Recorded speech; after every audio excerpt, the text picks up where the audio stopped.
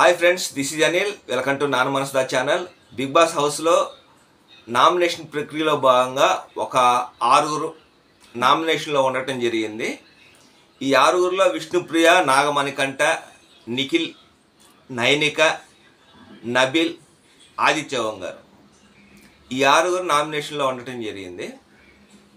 ఈ 6లో ఎక్కువ శాతం విష్ణుప్రియ అండ్ మణికంఠ వీళ్ళిద్దరికే ఎక్కువగా అంటే బయటికి పంపించాలని చెప్పి హౌస్లోని సభ్యులు అనుకుంటా ఉన్నారన్నమాట.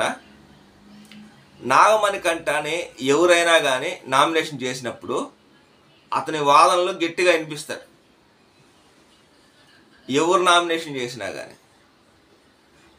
అయితే ఈ విషయంలో ప్రేరణ మటుకు సూపర్ అనే చెప్పాలి. ఎందుకంటే నాగమణికంఠ ప్రేరణ చెప్పిన పాయింట్కి సైలెంట్ అయిపోయాడు అనమాట. అంటే అతని దగ్గర ఇంకేం మాటలేవు. మిగతా ఎవరు నేను చూసుకున్నా కానీ అతను గట్టిగా వాదనలు జరుగుతుంటాయి. అవతల ఉన్న వాళ్ళకి నాగమణికంఠకి ఇద్దరికి గట్టిగా వాదనలు జరుగుతుంటాయి. కానీ ప్రేరణ విషయంలో అలా జరగల. ప్రేరణ చెప్పిన పాయింట్కి దెబ్బెమ్మడి సైలెంట్ అయిపోయాడు నాగమణికంఠ. ఈ విషయంలో మటుకు సూపర్ ప్రేరణ మటుకు ఉన్నది ఉన్నట్లు ముక్కుసూటిగా చెప్పేసరికి ఏం మాట్లాడలేకపోయాడు అన్నమాట. నిఖిల్ చీఫ్, అలాగే సీతా చీఫ్, వీళ్ళిద్దరు చీఫ్లు కాబట్టి వీళ్ళిద్దరిని లాస్ట్లో బిగ్ బాస్ అడుగుతారన్నమాట. వీళ్ళిద్దరు చీఫ్లు కాబట్టి హౌస్లో వీళ్ళిద్దరిలో ఎవరో ఒకరినే బయటికి పంపించాలి, అదే నామినేషన్ చేయాలి. ఆ నామినేషన్ ప్రక్రియలో ఎక్కువ సభ్యులు ఎవరైతే బయటికి వెళ్ళాలని చెప్పి అనుకుంటారో వాళ్ళ పేరు చెప్పండి అంటే ఎక్కువ శాతం ఒక 6 దాకా సీత ఉండాలి అని చెప్పి అనుకుంటారు. నిఖిల్ బయటికి పోవాలని మిగతా వాళ్ళు అనుకుంటారు అన్నమాట. అలాగే ఇక్కడ యష్మి అవతల క్లాన్లో ఉన్న రోజులు నిఖిల్ అట్లా ఉన్నాడు, ఇట్లా ఉన్నాడు, సోనియాకి ఫేవర్గా ఉంటున్నాడు అని చెప్పి అన్న యష్మి వీళ్ళ క్లాన్లోకి వచ్చేసరికి మరి నిఖిల్ నామినేషన్లో ఉండాలి అని ఏమనుకోవాలి. ఎందుకు సైలెంట్ అయిపోయింది అంటే సోనియా ప్లేస్ని భర్తీ చేద్దామని అనుకుంటున్నారా? ఇక్కడ చూస్తుంటే అట్లానే ఉంది. ముందు రోజుల్లో ఎలా ఉండబోతుంది అనేది కూడా చూడాలి.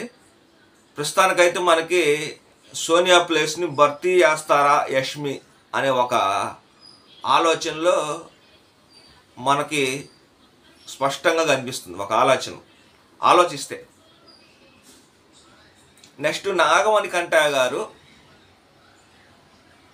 అలాగే ఆదిత్య గారు వీళ్ళిద్దరిని ప్రేరణ నామినేషన్ చేయటం జరిగింది. నాగమణికంఠ సైలెంట్గానే ఉన్నా, ఆదిత్య గారు మటుకు మంటల్లో చేతులు పెడుతున్నారు. దానికి బిగ్ బాస్ బాగా ఫైర్ అయ్యారు. అది ఎంతవరకు కరెక్ట్, ఏది ఉన్నా కానీ ఆ నామినేషన్లో ఏం చెప్పినా, ఏ పాయింట్లు చెప్పినా ఆ పాయింట్లు కరెక్ట్గా లేకపోతే వాదించుకోవాలి. కానీ మంటల్లో చేతులు పెట్టడం అనేది కరెక్ట్ కాదు. ఆయన చేసిన పనికి బిగ్ బాస్ సీరియస్ అయ్యి వార్నింగ్ కూడా ఇస్తారు. ఆయనే కాదు మిగతా వాళ్ళు ఎవరు చేసినా కానీ బిగ్ బాస్ ఊరుకోరని చెప్పి గట్టిగా వార్నింగ్ ఇస్తారు మిగతా వాళ్ళకు కూడా.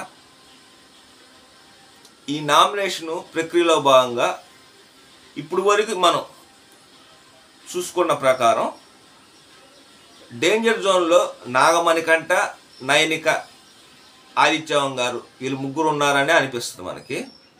వీళ్ళ ముగ్గురులో కూడా ఎక్కువ శాతం మనం నాగమణికంఠ అలాగే నైనిక వీళ్ళిద్దరు బాగా డేంజర్ జోన్లో ఉన్నట్టు మనకి అనిపిస్తుంది అన్నమాట. నైనిక ఫస్ట్ వీక్లో ఆడిన ఆడతీరు సూపర్ అనిపిస్తుంది. సెకండ్ వీక్ నుంచి ఆమె అంత యాక్టివ్గా లేరు. ఇప్పటికైనా ఆమె ఆడతీరు మార్చుకొని ఆ గేమ్లో ఎక్కువ ఫోకస్ పెడితే సేవ్ అయ్యే అవకాశం ఉంది. ప్రస్తుతానికైతే నాగమణికంఠ, నైనిక వీళ్ళిద్దరే డేంజర్ జోన్లో ఉన్నారు. వీళ్ళిద్దరిలో ఎవరైనా వెళ్ళిపోవచ్చు. నాగమణికంఠ కూడా తన ఆట తీరు మార్చుకోవాలా. అతని ఆట తీరు కనుక మెరుగుపరుచుకోగలిగితే ఇంకా ఎక్కువ రోజులు ఉండే అవకాశం ఉంది. వీళ్ళిద్దరిలో మరి ఎవరు బయటికి వెళ్తారో ఉన్న రోజుల్లో తెలిసిపోద్ది మనకి. ఈరోజు మనకి ఇంతవరకే బిగ్ బాస్ హౌస్లో జరిగింది. నెక్స్ట్ వీడియోలో ఏం జరిగిద్దో తెలుసుకుందాం. ఈ వీడియో కనుక మీకు నచ్చినట్లయితే లైక్ చేయండి. అలాగే ఈ ఛానల్ సబ్స్క్రైబ్ చేయకపోతే సబ్స్క్రైబ్ చేసుకోండి. Thank you.